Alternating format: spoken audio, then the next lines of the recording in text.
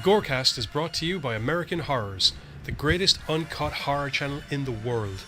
24 hours a day, 7 days a week, all horror.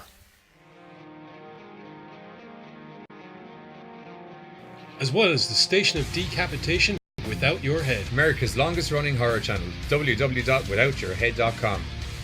The following program is rated TV MAL. It contains strong language and is intended only for mature audiences. Viewer discretion advised.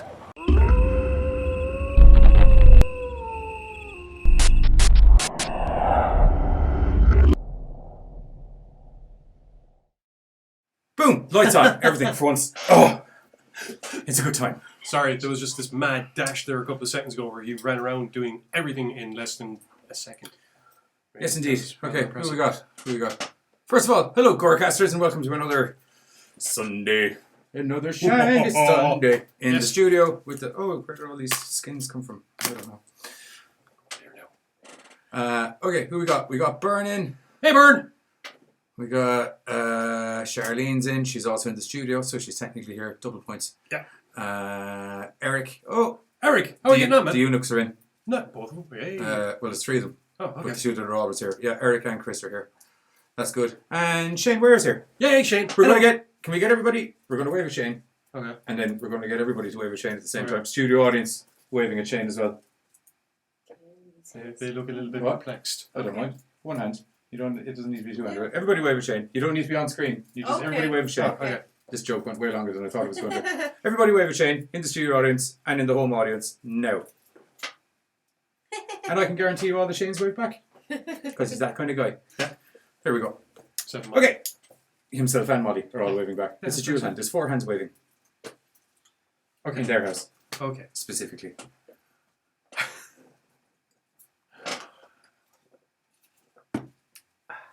Good.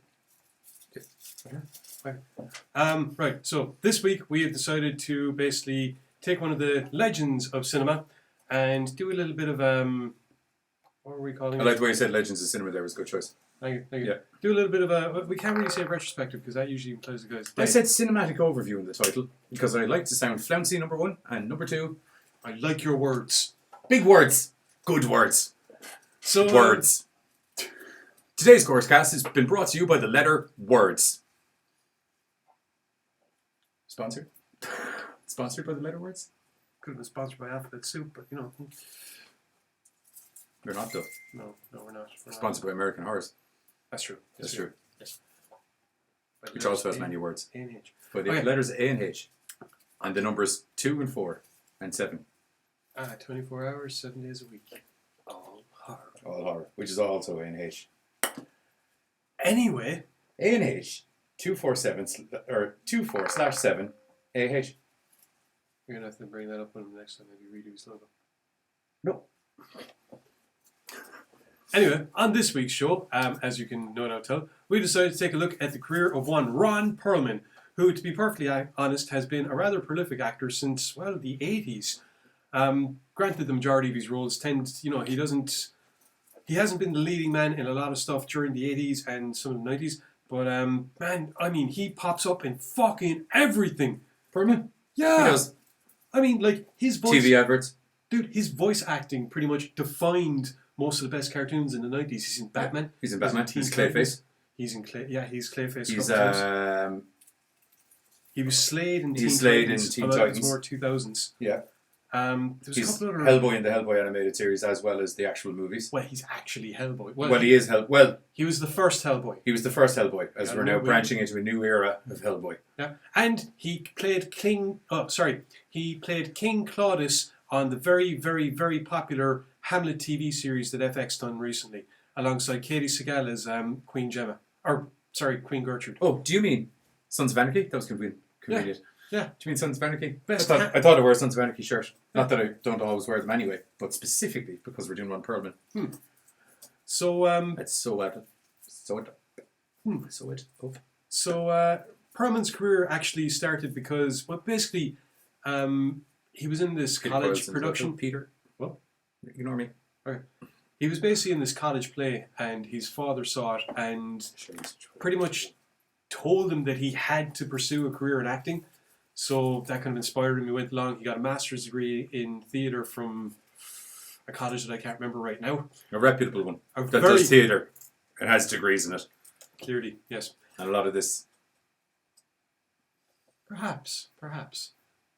But he did Hamlet. That's very. But he didn't do Hamlet until later on. I'm sure he did. Probably, maybe. He was in theatre school. I feel that's one they're probably going to brush on. I wonder, did he play the lead man or did he play King Claudius back then as well? I wonder if he was. If Maybe he knew. Wouldn't it be weird if he was playing Claudius and as he was reading the Sons of Anarchy script, he was like, it's different words, but yet so familiar, I can't put my fingy wingies on it. Yeah. Yeah, I said fingy wingies, and I stand by it. As I said, he graduates, gets a master's in theatre in '73. Obviously, he would have done a lot of stage work, and then in 1981, he gets tapped for his first film, which is *The Quest for Fire*, which was a French movie. Fire, questing, fire. Same director, I think, as In the Name of the Rose, which was probably Perlman's first big, like, everyone kind of sees it movie. You know, seeing as it's about Ron Pearlman, I think, like, if you look at the amount of directors that he's worked with that constantly look to work with him again, I think it speaks to how sound and how good the guy's actually on set. Because Del Toro won't do a movie without him floating around somewhere or producing it. Or I think it's just because the two of them have become buds and they're chummy wummies. yeah, a lot of the ideas, like a sounding board, kind of want to bounce ideas back and forth after Wah. the other. Sounding. But actually, weirdly enough, it was probably 1987 when he, alongside Linda Hamilton, when he played Vincent in Beauty and the Beast. That was probably his big hooah! Well, it brought him into the limelight.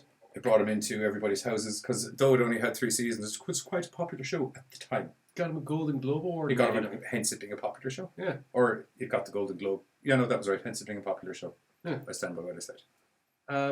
So from there, his career kind of took off a bit. He was in a Stephen King story, Sleepwalkers, in I think it was 91 or 92, something like that. And he got tapped to play the part of Angel in one of the films we're going to be reviewing later on, which is Cronos, which is in 93. Guillermo del Toro's first feature film. Yes, it was. Yep. I've Um, got facts. Perlman's first major leading role in a movie wouldn't be until 95, however, in the French head-the-balls sci-fi fantasy fucking insanity trip known as The Lost Children, where he played the character One, which is what I was saying about the dude in the kind of stripy shirt and everything. Yes. Ooh la la la. Ooh la la. As I said, from here, Ron Perlman's career would pretty much take off. An awful lot of voice acting roles in the 90s. I'll tag him in it on Twitter. Doing what? The post for the episode. You want to tag Ron Perlman? Yeah. We were live talking all about Ron Pearlman. At Ron Pearlman. Up to you. Could end badly. Well, I can't think of where we're going to get insulting in the episode. Not intentionally. Not towards Pearlman. This is true, actually, yeah. Because Maybe we won't. I'll hashtag him. That's what we'll do. We'll hashtag Ron Pearlman just to be safe. modern times. But Ron, that means I'm just tagging him in general, not literally being like, "Hey Ron!" Because if you're doing that, it's basically like, "Hey Ron! We're doing an episode. Do you want to join in?" We were talking about Ari there, who showed up in the comments feed, not saying anything, but it's just he looked really cool. The fact that he just mysteriously popped up. "Hey, talking about me? Yes, I am. Nice. Bye." That was it. As I said, Perlman's career has been rather prolific for the last 20, 30 years, pretty much as soon as he started going. There have been a number of films in which he was lead role, but for the most part, he actually kind of enjoys playing, kind of slightly deformed or, outsider type characters that are still good natured and they're it's still. because, believe it or not, because he's got the head of a giant, and he's got the body of a giant. He got quite badly bullied in school. Yeah, So I think he likes playing that kind of it's my big lumbering Well, I thought bad guy, sometimes good guy. Yeah, apparently, he's kind of on the large side when he was younger and must Yeah. have lost a lot of weight. But the point is, he kind of still understands the idea of. No, I think it was large. Oh, was it? Oh, was it both? Oh dear. Yeah, it was large. Which I is feel, what. Ron, I feel you. Yeah, which is why you kind of... I used to be Irish. Yeah, you were, I remember. I used to be Irish. I remember. My back remembers as well. Stunner, Best baby. stunner ever. It was the best stunner ever. I'll give you credit where credit's due. And I did a rock flip. I took it like the Rock for a large round man. And then slapped into a table. No one came out well at the end of that stunner, my friend. No, I had to get fucking 4 lads to pull me like you would have fucking... Pull, you beasts, crack. Oh, God! Was that right? Anyway, Perlman's career, I suppose, in modern times can most be noted for, as we mentioned earlier, the fact that he was the first Hellboy. Shane, he was awesome in Desperation, and that's actually going to be the next movie coming up. Yeah, we'll be doing him chronologically. Say that again? Chronologically. I was pretty sure that was what you said. I'm No, glad. it wasn't. Burns in the comments feed. Burn. I made... Oh, shit, wrong way. I made Chucky a knife just before we get back into it. And we have him up there. Yeah, don't worry, he's going to be appearing on American Horror real soon. He's Shane's apologising for interrupting. No, you didn't interrupt, Shane. Sure. I interrupted Yeah. with your question. Yes. We're As I talking said, about it's... Banana Hellboy. Yeah, that role really got him. To be perfectly honest, I'd say it was because of that role that he had the notoriety enough to be able to. Although He used to be always kind of like, to put it in wrestling terms, I was going to say he used to be always kind of a mid-carder. Yeah, I was going to say it could have been the reason why he got cast as King Claudius in Sons of Anarchy, but We'll stop saying it like that because it's going to confuse people. He played Clay Morrow in Sons of Anarchy. It's just that Kurt's sort of story is awesome. It is awesome because it's a story told throughout time. Well, told at least throughout time since the middle of the English. You know what? Do you want to know what I'm waiting for? The day when an English teacher turns around and goes, "Class, sit down. We are starting season 1, Sons of Anarchy. Get out your notepads. We'll be making references after each episode." Yeah, there's a certain. I could fucking there's do a certain. that.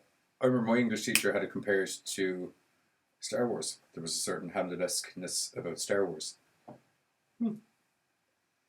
My English teacher, well, the really cool monster of a beast of a man, really enjoyed poetry. Yeah. And he picked the guy up by the ear one day because he caught him smoking outside his classroom. It was hilarious. Clean off the fucking ground by one ear. That doesn't sound nice.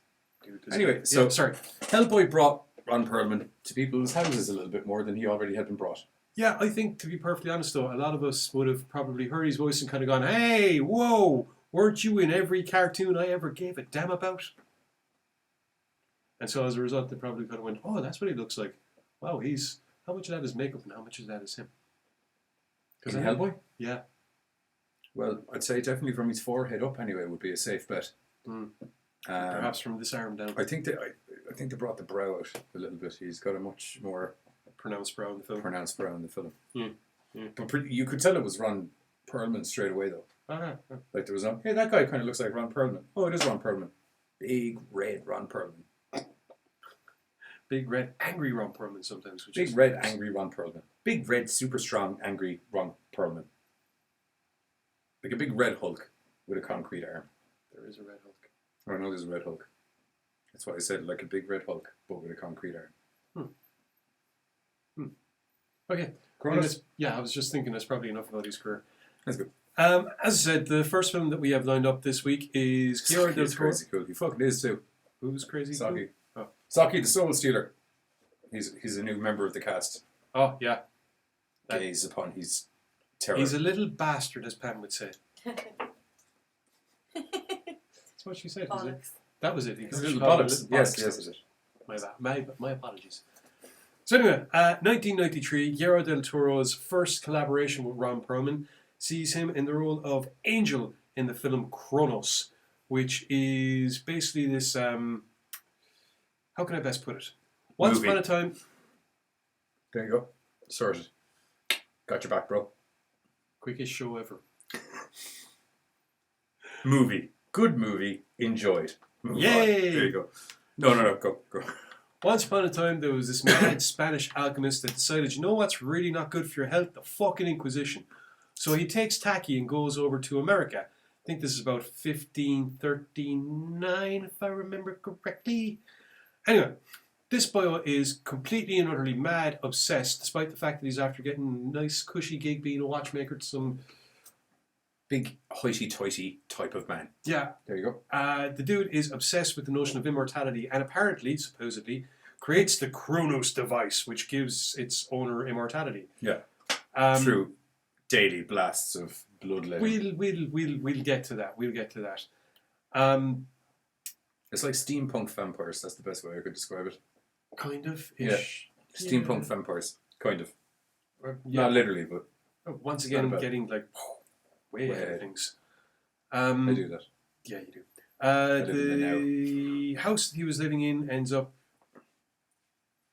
becoming decrepit. 400 years later, there is an earthquake.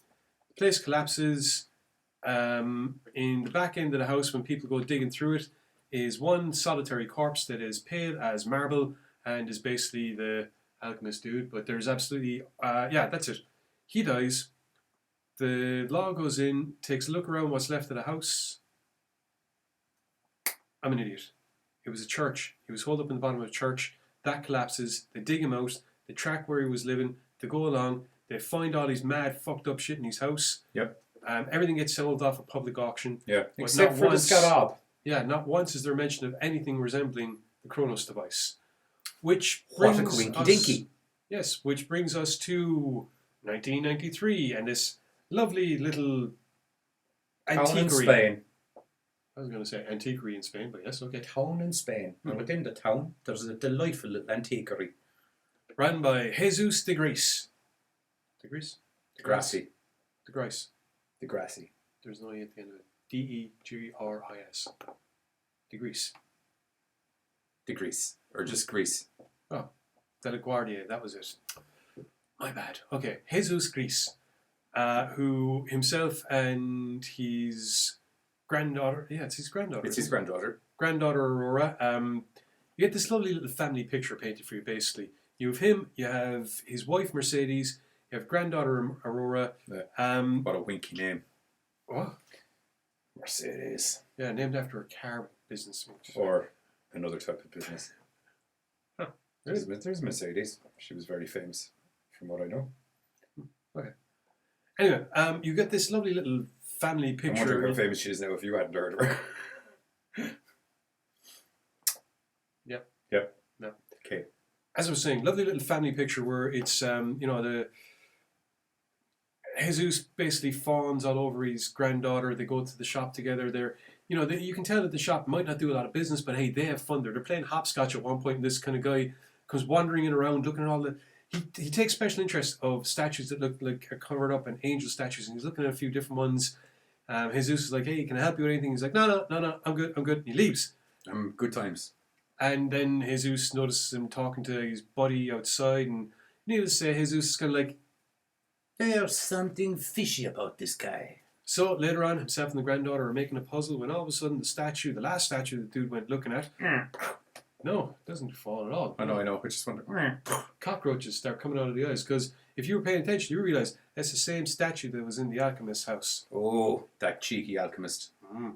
So, sure enough, the cockroaches reveal the fact that the statue is in fact a bit of a reliquary, and so Jesus decides, you know what, gets a screwdriver in, cracks it open, and lo and behold, little golden device. If there's cockroaches within the statue must not be solid. What's in the statue? So, lo and behold, more cockroaches. Not this time. Not this time. One big golden cockroach. Words.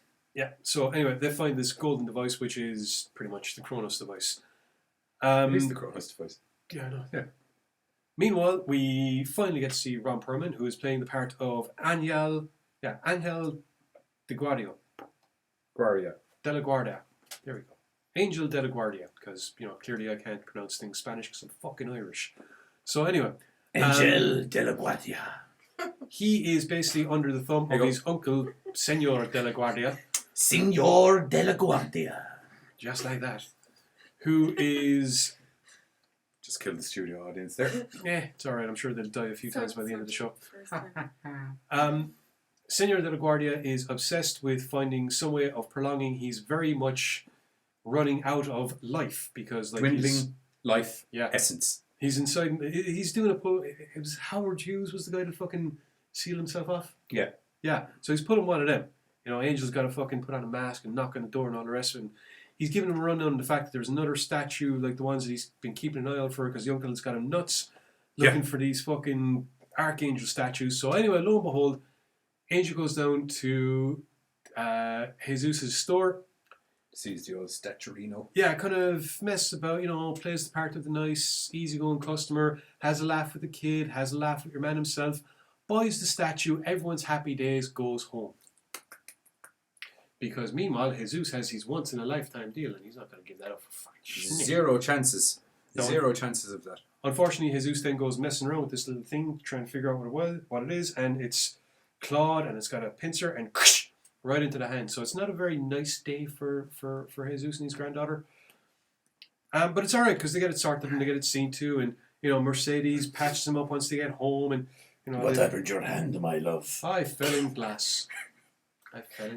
And look, there's a shard of metal in it. But anyway, there you go. The following day, Jesus is I didn't think my Spanish accent would affect him so much.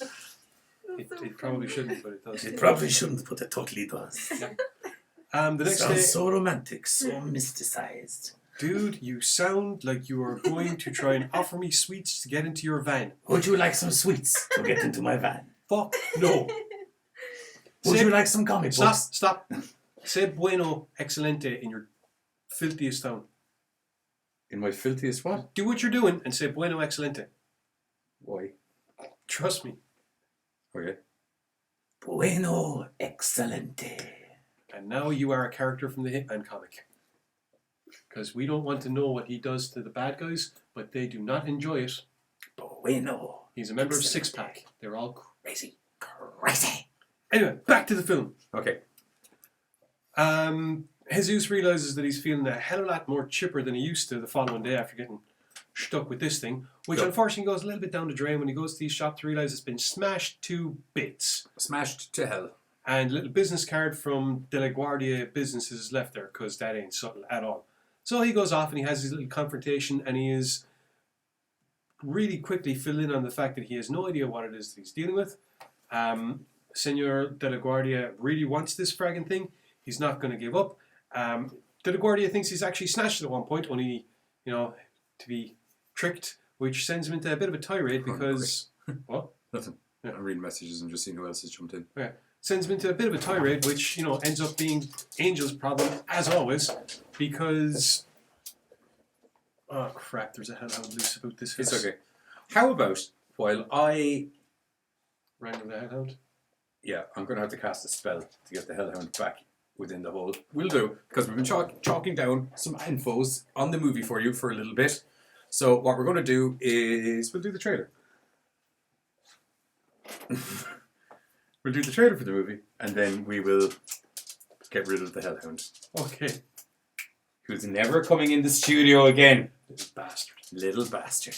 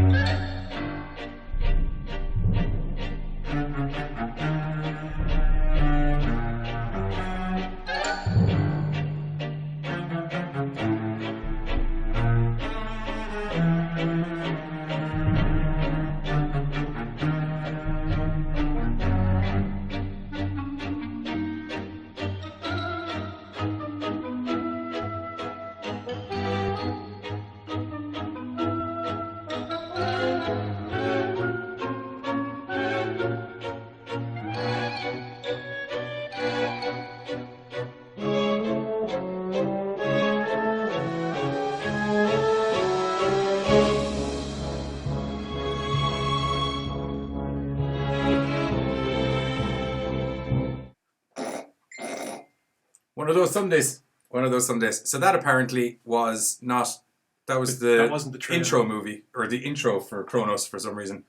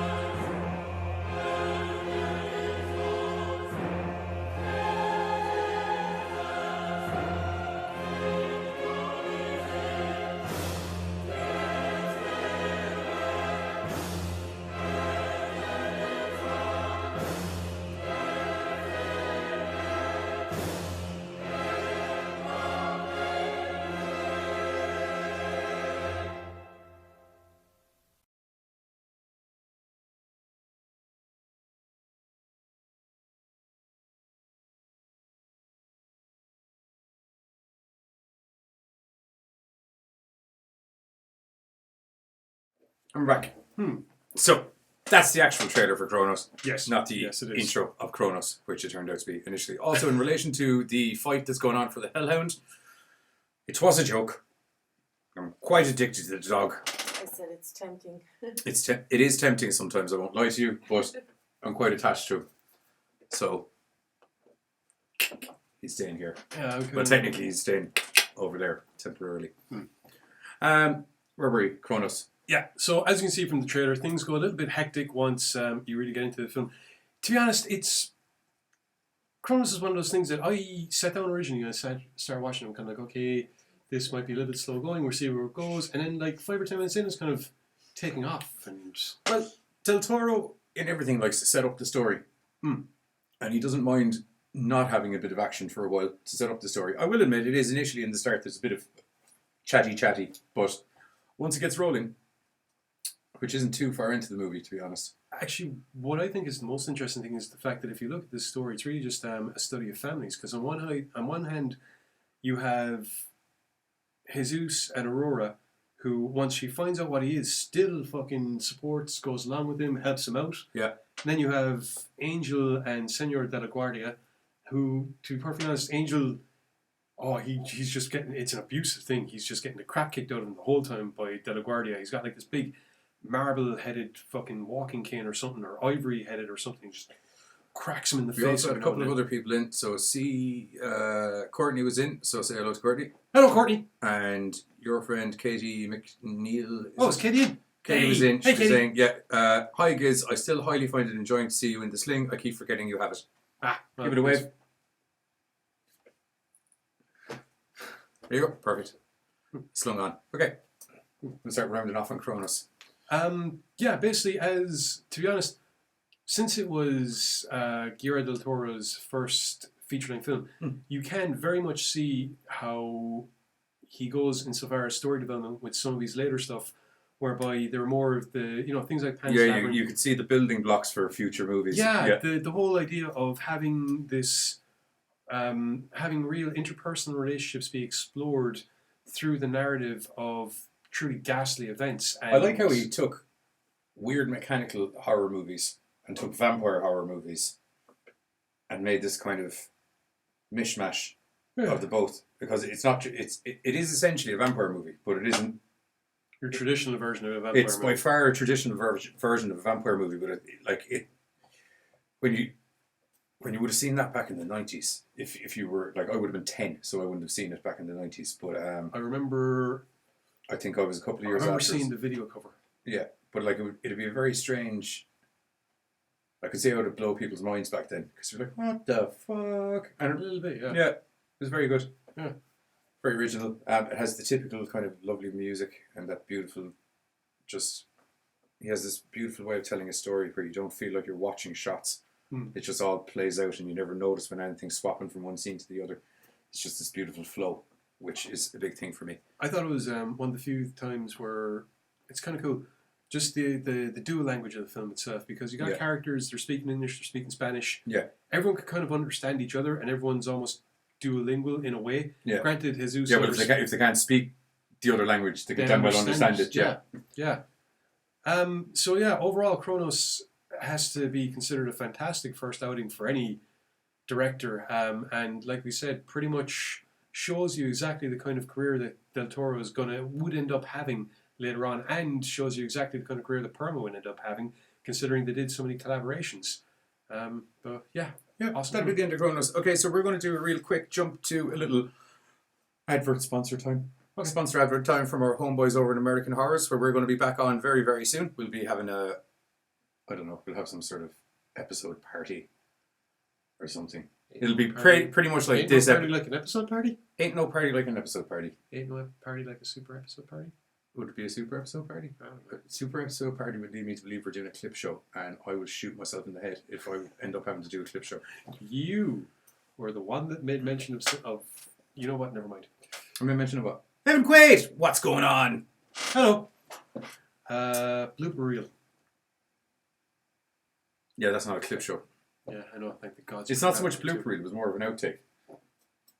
Outtake reel. Anyway, we're, American Horrors, if anybody doesn't know, is a great horror TV station on Roku, and it's also on the interwebs. On the interwebs, where you can watch it on AmericanHorrors.com. All for free, all uncut, 24 hours a day, 7 days a week. All horror, which you're going to see in the advert anyway. But advert time.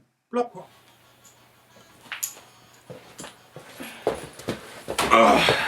Lads, I'm so fucking bored. Weird. I don't remember turning the TV on. Welcome to the new American Horror Channel on Roku. Streaming 24 hours a day, 7 days a week, all night, all day, all horror. Hi, I'm Hart D. Fisher. As owner and operator of the world's greatest uncut 24 hours a day, 7 days a week horror channel, American Horrors, it's my job to let you know that I'm choking to death on this smoke.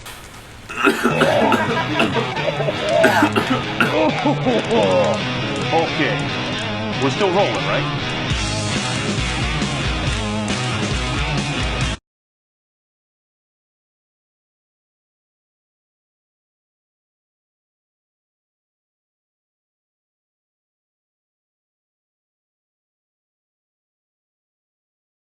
So, and we're back. So, that's the general gist of American Horrors. Yep. I thought you were going somewhere with that. No, that's the general gist of American Horrors. Okay, on to our next film, which will be 2006 Stephen King's Desperation, which was originally a novel, 600 pages, if memory serves me correctly. Something like that, yeah. It's actually the second Stephen King story to have Ron Pearlman in it. The first one being the 92 or 93 film Sleepwalkers. But yeah, Desperation is your typical Stephen King story, to be perfectly honest. Yep. I'm willing to accept that. Though the movie adaptation was quite good. Well, it was teleplay by Stephen King, and it was directed by... And he also did the screenplay. Yeah, that's what I mean. Oh, yeah, okay. Yeah. And then directed by Mick Garris, who is responsible for the... Yeah, well, as I said in the article, you heard myself and Giz talking about Mick Garris a lot in the last couple of weeks, because he... Masters of Horror. Was the conceptual idea maker for Masters of Horror. He did a good few of the movies in Masters of Horror. He pretty much exclusively did fucking Fear Itself. Yeah. You know, so going in that the storytelling in it is going to be absolutely beautiful, and it is. And if you've ever read the book, which I did, the recreation of the whole prison cell and even the way the cells are all laid out from each other, which I'd imagine is Stephen King's input in the screenplay and having input on the movie as well. But it's one of those few movies that if you've read the book, it's genuinely like watching the book come to life. Okay. 100%. Cool.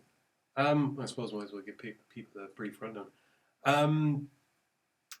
Desperations start off with this couple basically driving on an American highway, and they're all cool and copacetic, and they're passing by a few different speed limit signs and mile markers, and admittedly, one of the car gets a little bit freaked out when she spots the cat fucking crucified to a speed sign, which is a little bit of a It's a bit of an unusual thing. It is, Yeah. and unfortunately, shortly after that, the Popo arrive on and start acting extremely unusual. But it's just the Poe.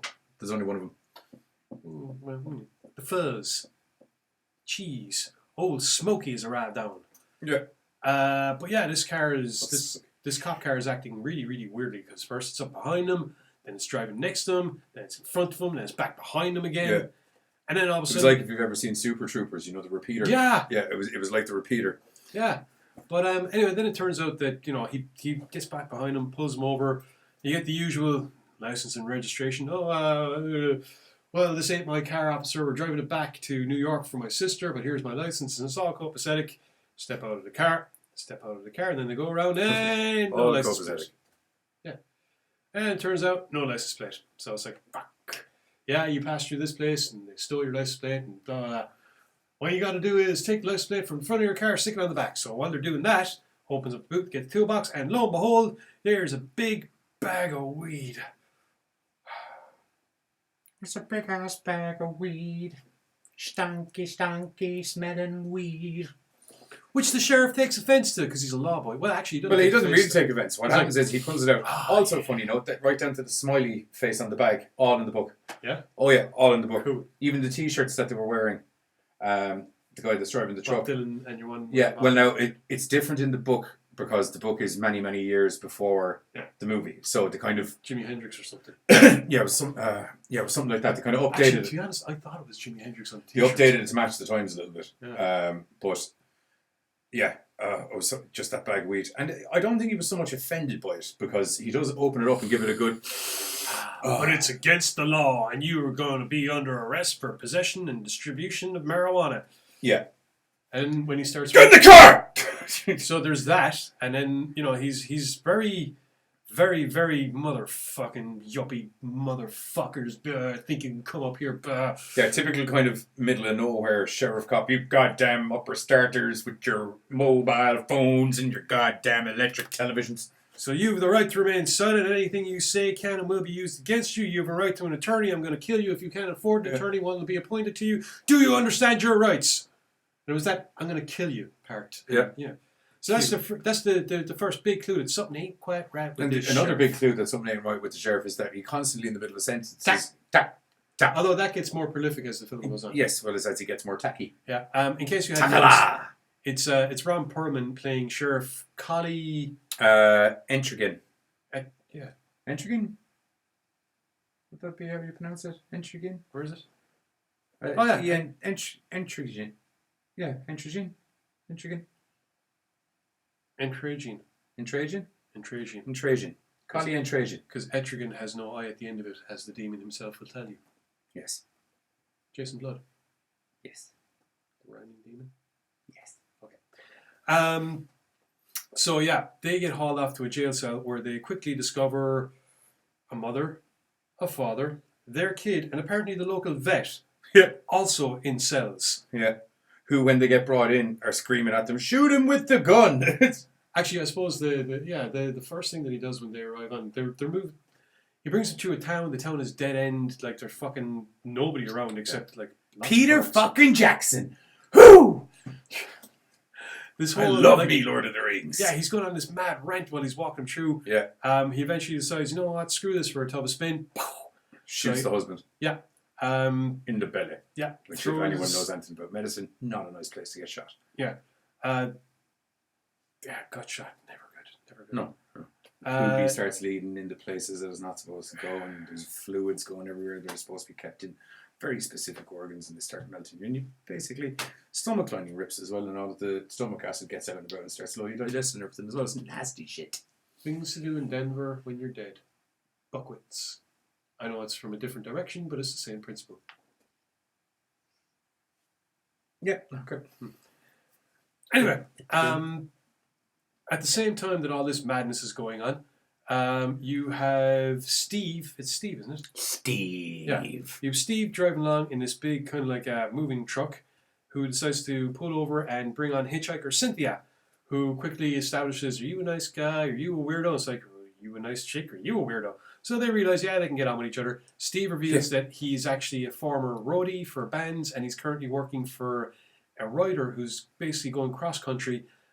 He'll go with him. They do book He's trying to signings. get back in touch with humanity, so he's biking across country, and I follow him with the truck, and he tells me where he's doing his thing, and I show up and I set up his thing for him, and I get the speakers, and then he goes to the book, and then he probably goes bang somebody's man afterwards because he's a writer, and that's what they do, according to Californication. But he has that Californication-esque kind of vibe off him. He's a real asshole. I like drinking. It's Dallas from Alien. I am aware who it is. Okay. It's Tom Skerritt. Couldn't think of his name. Tom Skerritt. He's not that great in this, to be honest. Last time I saw him was in Leverage. Yeah. Yeah, he was awesome. Do you remember when he was in Picket Fences? Do you remember that TV show? Avoided it. It was alright. I thought that was called Seventh Heaven. No, that was a different thing. That was a different thing that he wasn't in. That I avoided. Yeah. No, Picket Fences was. He was a like, sheriff. He was a sheriff, but it was like weird shit kept happening in the town.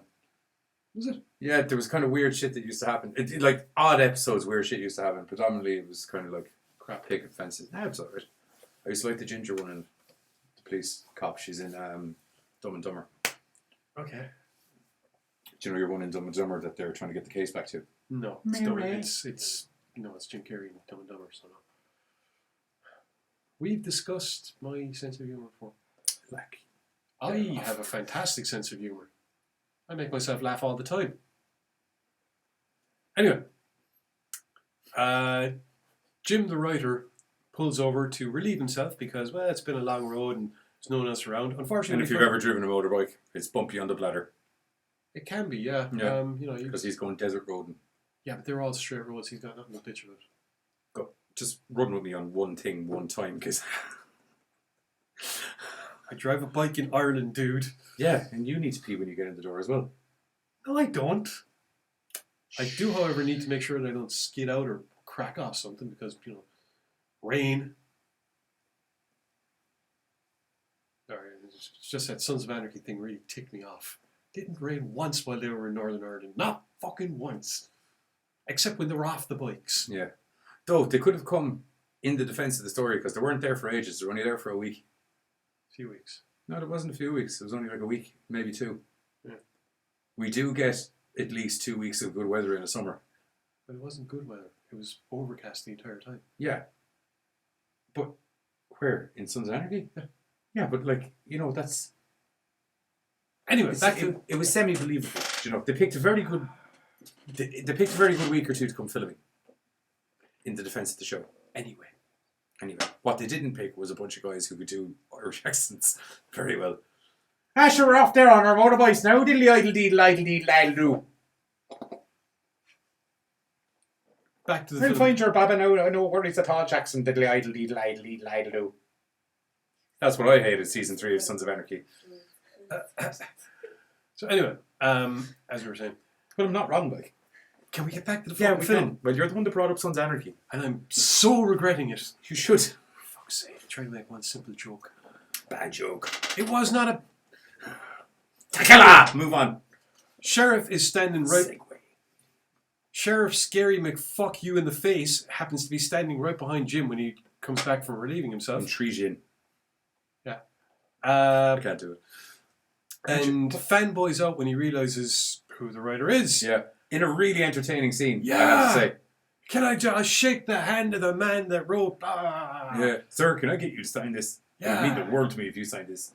Of course, then he notices that one of his saddlebags is open. It's kind of like, you should check that. And, I wonder what could be in there.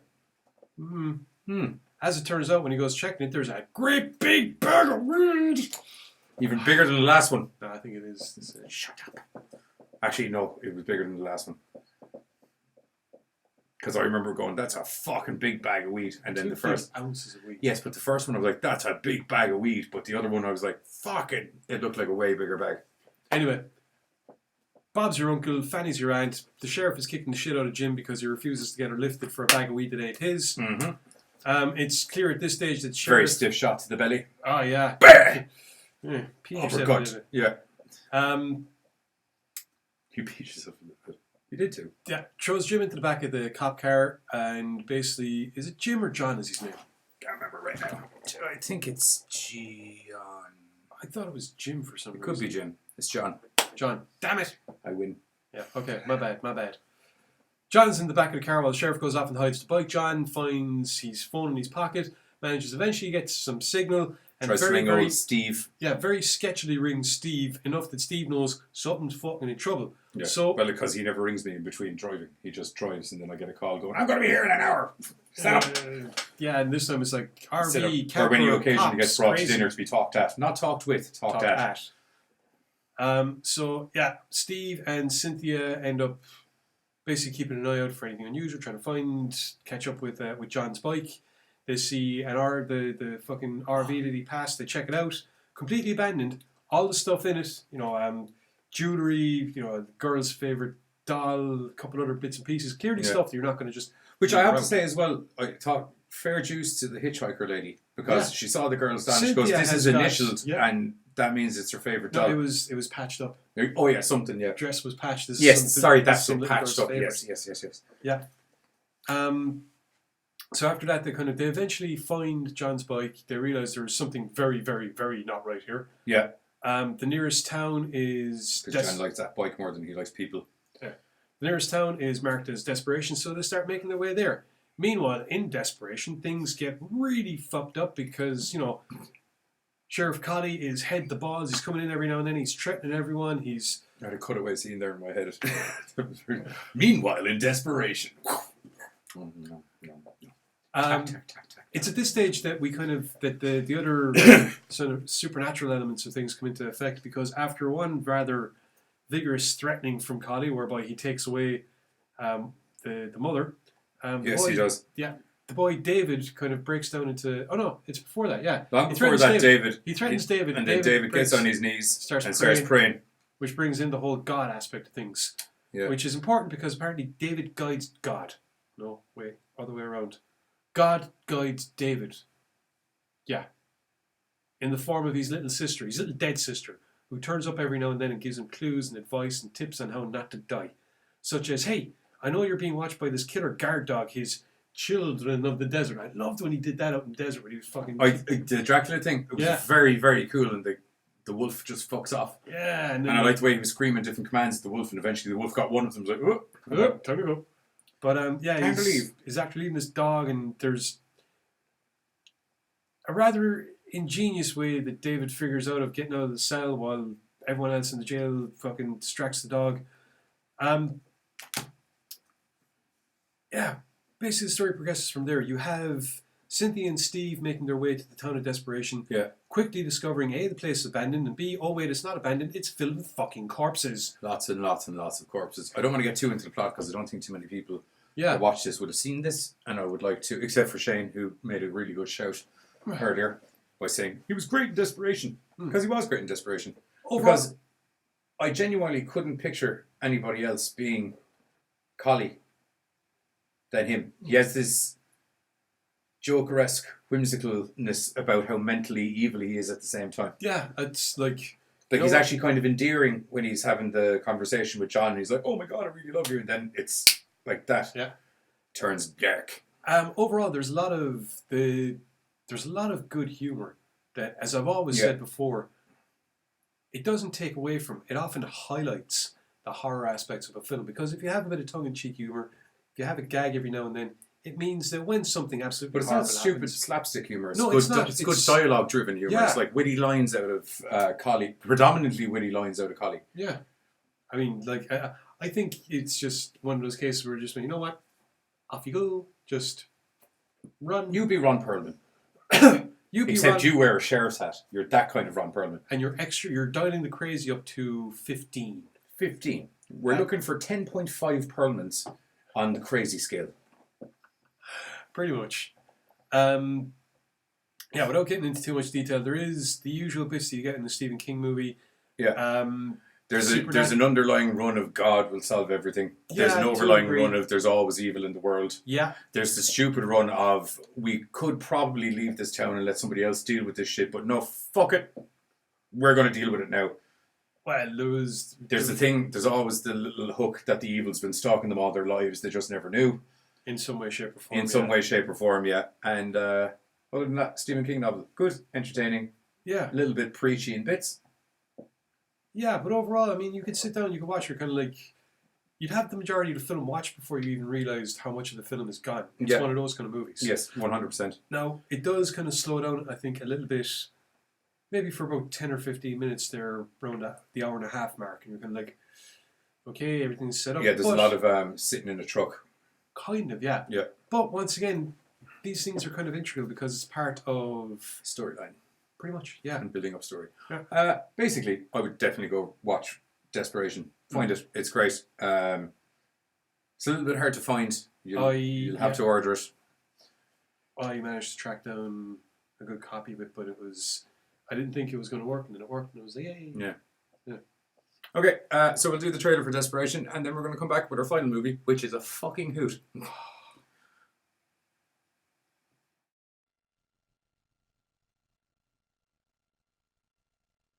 Based on the #1 bestseller, Stephen King's Desperation. They reopened the mine, the old China pit. Whatever's happening here, I think it came from over there.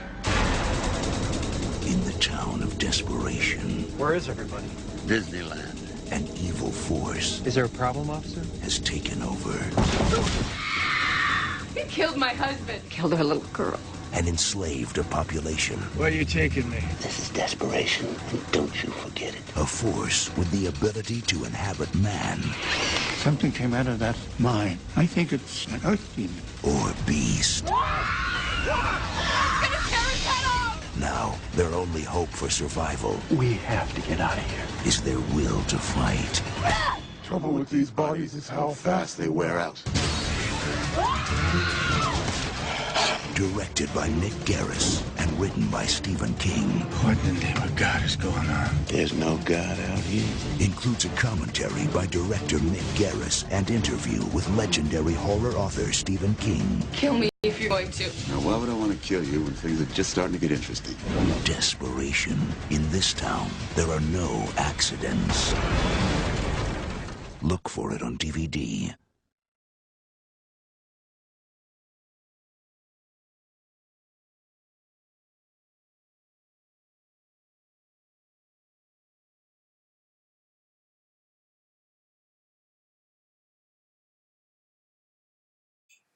I'm back to the studio. So that is the trailer for Desperation. So you can totally see why it's great. Ron Pearlman makes the movie, in my opinion. It's one of the reasons we picked it. Yeah, it's... To be perfectly honest, the film revolves around his... Mental takala. I was going to say Bollocks. his portrayal of the insane sheriff. Yeah. Yeah, it's... He really does carry I just the like saying entire film. takala. Takala. Takala. It was interesting to see one or two other bits from other Stephen King stories, like the Red Rum is Dog. Yeah. Red Rum Dog. Murder God. And like the kid didn't even, he was just like, Murder God, what? Yeah, he loves flipping shit. Yeah. I'm going to flip this shit on its ear. Next movie, which any of the Horrormino people, if you're still watching, is going to be our screener tomorrow night. Yeah. Which is a fucking hilarious Oh my good gods. horror comedy from 2008, directed by... Oh, we had his name a while ago, the Irish guy. Quaid. What was his, I'll check it up there. I'll check it up. Quaid was his last name. Yeah. You see, Evan joined the chat, and now I have Evan Quaid in my head, and I know it's not Evan Quaid. Anyway, yeah. Next up on our list is I Sell the Dead, which is probably the most star-studded movie out of the lot, I think. Yeah. It's got Merry from Lord of the Rings in it. It's got Merry from Lord of the Rings in it. The guy who plays Merry's mate is also in shitloads of stuff. He was in Pirates of the Caribbean and things like that. Was he? Yeah. Huh. Yeah. Billy Grimes. Yeah. Oh, okay. Yeah. Okay. Basically, I Settle the Dead is the story of Arthur Blake and Billy Grimes, two very down to earth, nice enough guys who just happen to make a living by digging up corpses and selling them on to people interested in that kind of thing. Mainly this one dude, this kind of doctor who had him under their thumb for ages. The story starts out pretty much with the end of their career. And Arthur being, I'm not going to say interrogated, interviewed, I guess. Interviewed by the Father Francis. It's a possible interrogation. He just gives him an option of what type of interrogation he wants. Do you want the drinky booze and we'll have a chat interrogation, or do you want the smashy handy, I'll break your face and get the questions interrogation? And then he was just basically like, I've got 5 hours. Keep the whiskey coming and I'll tell you whatever the fuck you want. Yeah, so sure enough, this monk, played by Ron Pearlman, begins... Glenn McQuaid. There we go. Irish director Glenn McQuaid. Yeah, there we go. Thank you. Begins writing down the story, which is basically the life story of Arthur Blake. You know, going from his childhood where he's introduced to Billy Grimes as a way for him to earn a living at the tender age of, I don't know, like 7 or 8 or something like that. His mum... sells stuff down the market. Yes, I was trying to think of this phrase. His mum sells stuff down the market, exclusively at night time and exclusively in back alleys. The back corner of the market. The back corner of the market, the back alley of the market. So she sells stuff down there, and so she doesn't have to sell random stuff. I'm saying random stuff because it's what he says. I've seen, So she doesn't have to sell random stuff down there. She hooks him up with what's his name? Billy Grimes. She hooks him up with Billy Grimes, and Billy brings him off and shows him how you get corpses out of the fucking ground, and you bring him to this dirty doctor who likes having corpses for the educational purposes of medicine, and then make some cash. Well, he doesn't make cash for many, many years. Yeah. Until there's a saucy minx up a back alley who's going like, Billy Grimes, son, you're going to make a decent woman out of me. No, that's Arthur Blake. Oh yeah, Arthur, sorry. I got too many names in my head tonight. The film itself basically is done in... Fudged up. The way the story is told is as a bunch of anecdotes, basically, for want of a better term, because Arthur is telling the monk all these stories of the different... integral stories in Arthur's life that led to the point that they're at now.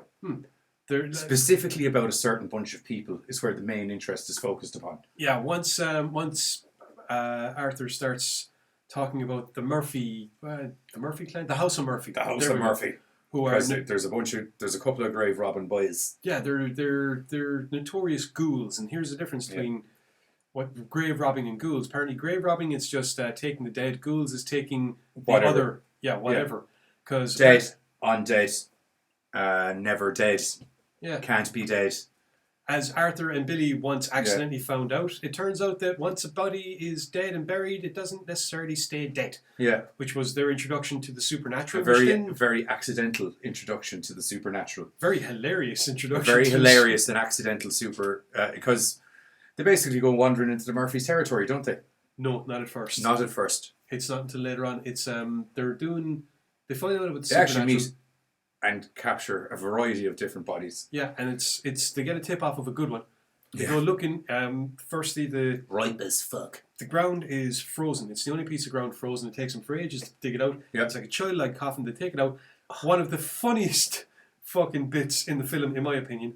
But it's also the introduction, because it's how you're telling the story, of the House of Murphy, and it's Cornelius Murphy that they encounter, and after a brief.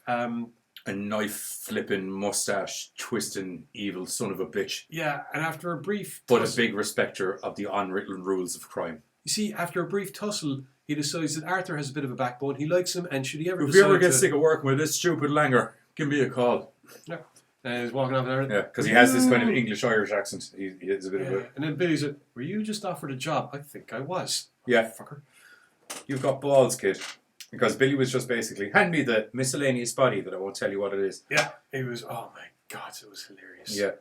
And I have to say, I really appreciated that, because when it's in the ghouls territory that they're usually dealing with, it's a fucking sideball, people. It is. It's a great one. I'm not even ruining it for you by telling you it's a sideball, because when you see it happen, you're going to be like, "Fuck me!" Did not see that coming at all. Yeah, at all. As I said, most of the story is told through these anecdotes in which we get a feel for all the different characters. We get a feel for Arthur. We get a feel for Billy. We even get a feel for the Murphy clan through Arthur's anecdotes of how Cornelius Murphy was supposedly raised and the reason that he is the fucking monster that he is now. They all have well-known reputations about them anyway. True, but he kind of goes into detail when it comes to Cornelius just to exemplify the point. He had more running-ins with Cornelius than he did anybody else. Things unfortunately come to a head, bump. I love it.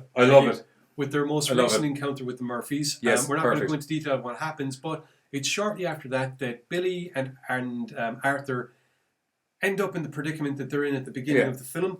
I love an old movie that starts at the end. Yeah. Brings you back to the start and then brings you back to the end again. The two boys are accused of murder and grave robbing, and as Arthur said, we didn't do the murder, but I'll happily take the grave robbing. Yeah. Which is kind of what started. It's kind of like I'll set the record straight for you. Yeah. Kind of a thing. Through all the tales, you see how Arthur slowly becomes the brains of the operation, why won't his name stay in my head? But Billy ends up being kind of more of the henchman. But as he said aptly, Billy hires me when he needs me. I hire Billy when I need him, and then when the two of us don't need each other, we operate under our own steam. But for the most part, they're kind of like they're kind of a duo. Yeah. They are, because there's a great scene in the bar where I won't get into the ins and outs of it, but where they were having the argument in the bar, and your man was like, "Here, before it gets busy at 12 o'clock, you two sort this fucking shit out now." Yeah. I'm not having any hassle in here. I'm not having any hassle. The two of you look like you want to dig the head off. I'm not having any hassle in here before midnight. Before midnight, that's it. We won't get too much more into the plot because we're going to be watching it tomorrow night with all of you. It's fucking brilliant. And it is absolutely hilarious. So I know CJ is going to be there. Any of you other people in the land of our Commons feed over here, if you happen to like talking about horror, and you happen to like talking to loads of other people who like talking about horror, and you happen to like talking to myself and Giz about horror. Mainly him, I'm not going to like. You like talking to me about horror, and you're looking for somewhere that I can do all of this in one location. There's this great app out there called Horror Amino, where you can go and follow me, and follow the Giz, and follow people. Well, follow the GORECAST, not me. Yeah. Follow the GORECAST, and follow other people, and we do cool movie shows every Monday after here, and we'll be doing other cool stuff coming up when the TV show comes out. Yes. There'll be some very interesting things happening when the TV show comes out, and by all means, go over there, follow us. Oh yeah. Like it, share it, follow it. On that note, and to get people into kind of a mood for what they might be seeing tomorrow night. Oh yeah, trailer. I forgot about that. Yeah. Okay, trailer for I Sell the Dead, and then we'll say goodbyes and toodaloos. It feels real, doesn't it?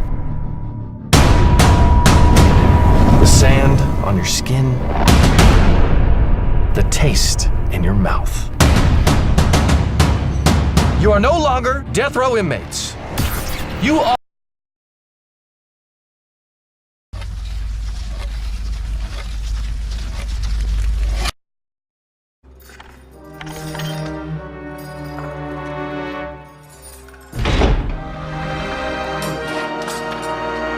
We keep this whiskey here flowing, we'll have ourselves a little chat. Well, that's a fair trade then. So tell me, how did you start out in your life a crime? Well, I suppose I'd have to go back a bit.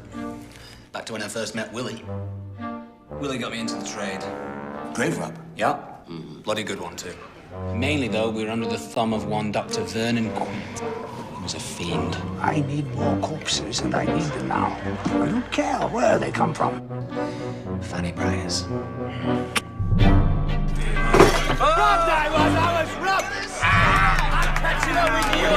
Arthur says I'm lovely.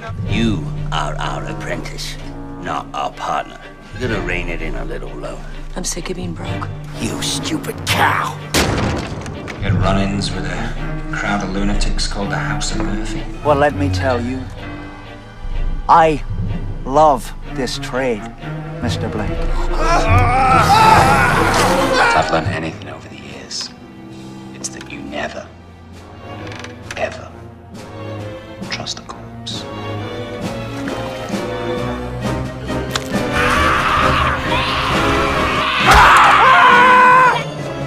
I had hoped to be hearing these tales today.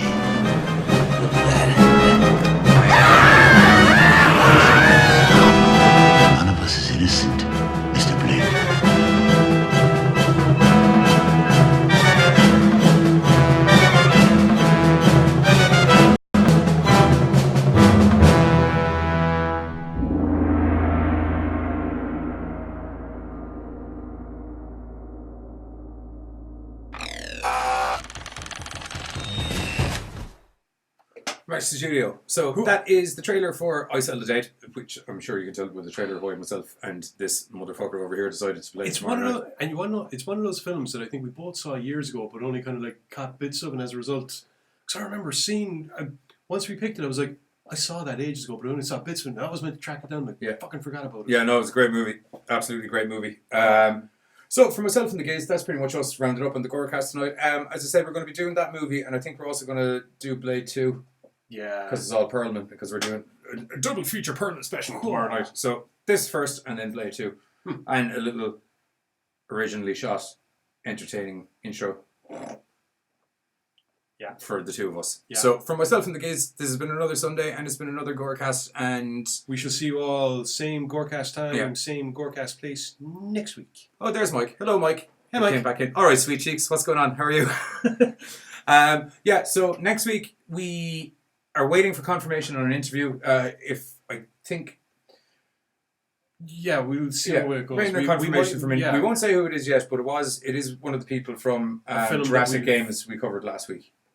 Which was the we covered Jurassic Games last week, which like if anyone forgets was really good. The Condemned meets Jurassic Park. Yeah, and it was awesome. Yeah, and it was absolutely awesome. So either that or keep an eye for us on Horror Amino or on our not our Instagrams. All of our social media is up here. Keep an eye for us on the social media during the week, because if the interview isn't confirmed, we'll let you know what we're going to be doing. Because we don't know yet. I'm just waiting for confirmation on an interview. So as I stated about the interview and the confirmation on the interview that I'm waiting for. Excited about it. That's all I'm going to say.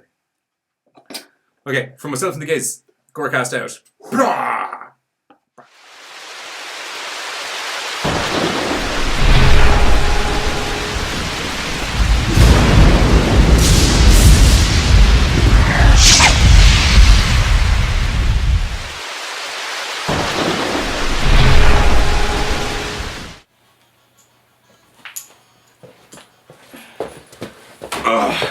Lads, I'm so fucking bored.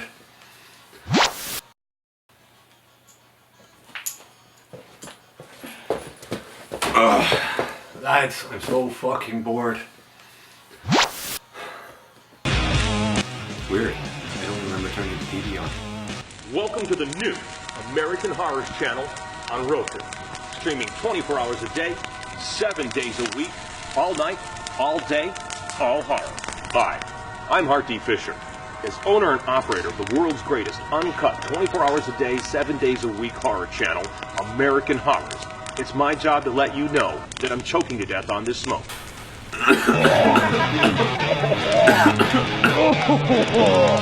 Okay, we're still rolling, right?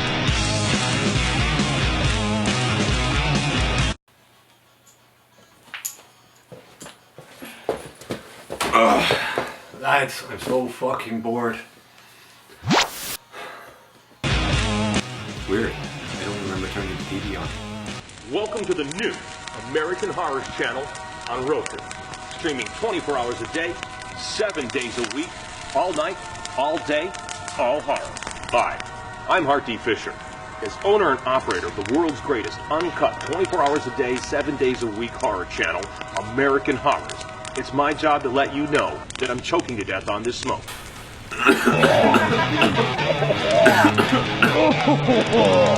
Okay, we're still rolling, right?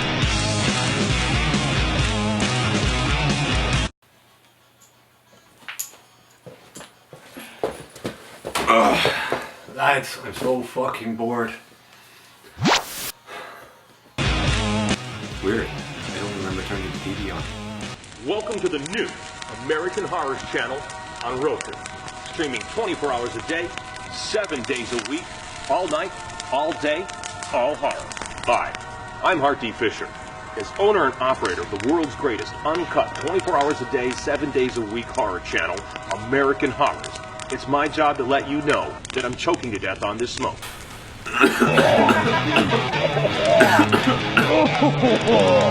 Okay, we're still rolling, right?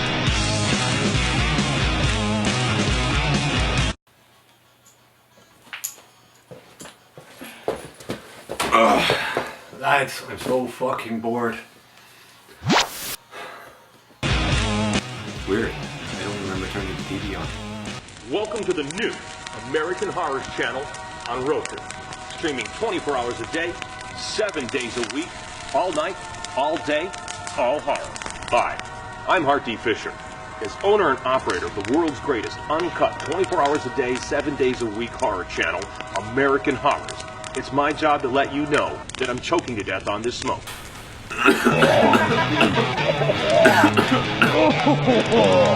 Okay, we're still rolling, right?